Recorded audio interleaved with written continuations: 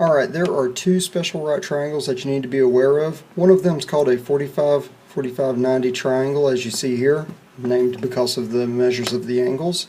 This will be an isosceles triangles. Now the ratio for this is the sides are always following the ratio of 1 to 1 to root 2.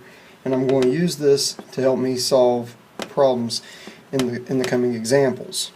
Now where this ratio comes from is something I want to talk about in class, but it's just not practical to talk about it on the video right here. But anyways, write this down in your notes so we can continue from there. This is the other special right triangle, 30-60-90. Its ratios are a little bit different. Across from the 30 degrees will always be 1. Across from the 60 degrees will always be root 3. And across from the 90 degrees will always be 2. We're going to use this one as well when the triangles are 30-60-90. Alright, on this first triangle you have to really quick identify what kind of the special right triangles is. Before I do that though, let me clarify. This could be done with the cosine function. It'd be cosine 45 equals 9 divided by x. When you do that, you'd be getting a rounded answer. On these problems I'm expecting you to get an exact answer, which is the reason why we're using the special right triangles to begin with. What I'm going to do really quick is I'm going to sketch out what we already took note on this video, which was the 45-45-90 triangle. And that always follows the ratio of 1 to 1 to the square root of 2. Now I'm going to use that to help me set up a proportion because these are similar figures. Now, let's always start with x when we're making our proportion. And if you'll recall, a proportion is when two fractions are equal to each other. I'm going to go ahead and put x on the numerator right here.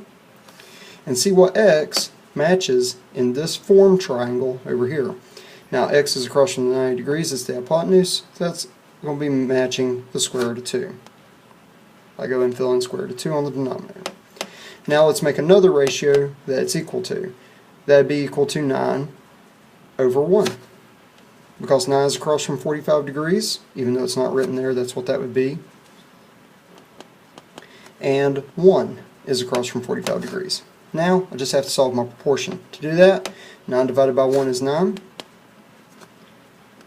I still got x over square root of 2.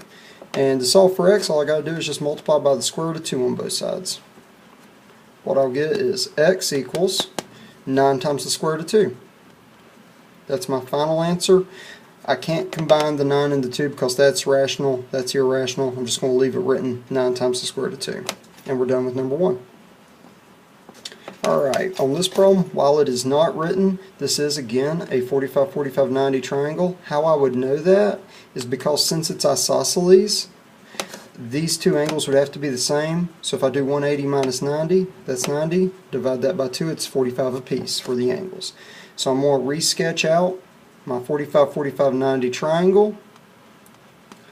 And you'll get used to doing that every single problem. Just sketch the triangle that you're using.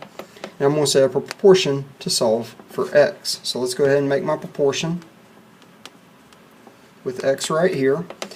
Now x is the hypotenuse, so that's across from root 2. So that's what it's matching with over root 2. The 6 root 2, doesn't matter which one I'm using, is across from 45 degrees. So that means 6 root 2 matches 1. So 6 root 2 divided by 1. What I'll do here is go ahead and divide 6 root 2 by 1. That's pretty easy. That's 6 root 2.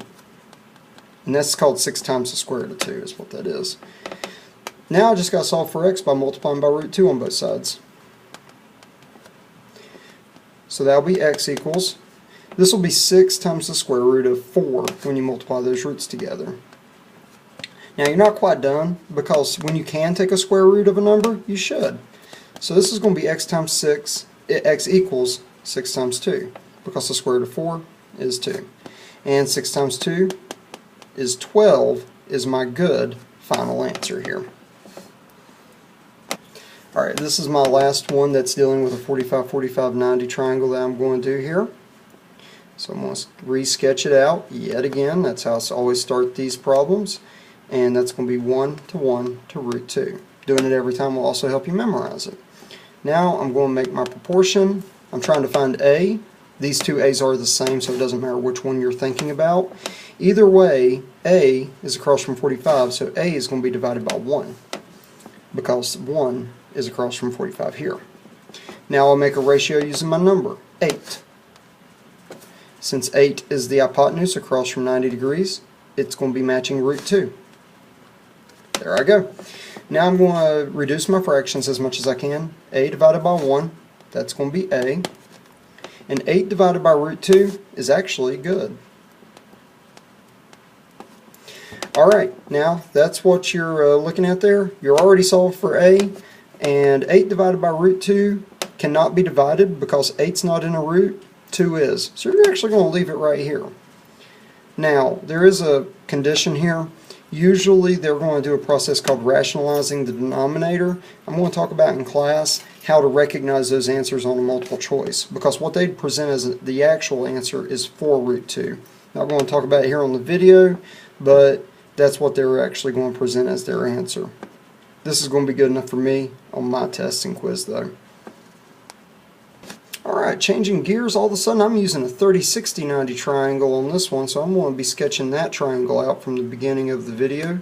30 degrees, 60 degrees, 90 degrees. 1 is across from 30, root 3 is across from 60, and 2 is the hypotenuse.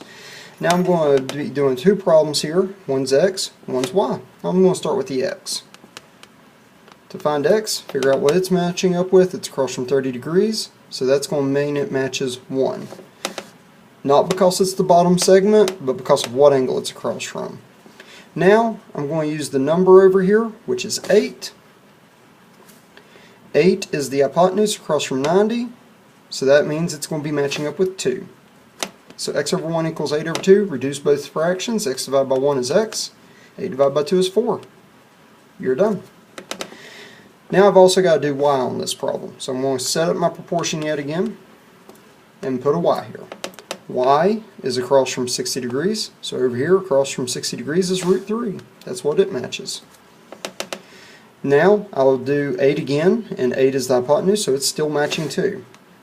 Every single time, if you're having to do multiple proportions, this ratio should be the same each time, so I didn't have to re-find that. Anyway, I already know what that 8 divided by 2 reduces to, which is 4. And now I'll just multiply both sides by the square root of 3. So y is equal to 4 times the square root of 3, and that's actually my final answer there. Okay, this is going to be the last example I'll do on this. Now, on this one, it's a 30, 60, 90 yet again, so I'm again resketching my 30, 60, 90 form. And that's going to be 1 to root 3 to 2. Now I'm going to go ahead and do x first. I don't always start with x, but it just doesn't really matter which one I do first. X is across from 30 degrees. Across from 30 degrees is 1, so it's going to be x over 1. Yes, this one has been reflected, so that's the reason why the left side is actually matching the bottom side, but if you've been hearing me, I've been saying what angle it's across from. That's how I know what it matches. So that's the reason why x is matching 1, because it's across from 30 degrees, and so is 1. Now I'm going to use my number of 6. That's across from 60, so that's going to match root 3. 6 over root 3. I'm going to go ahead and divide x by 1. Well, that's x. And 6 divided by root 3, I can't simplify that anymore. That's actually going to be a good answer for me.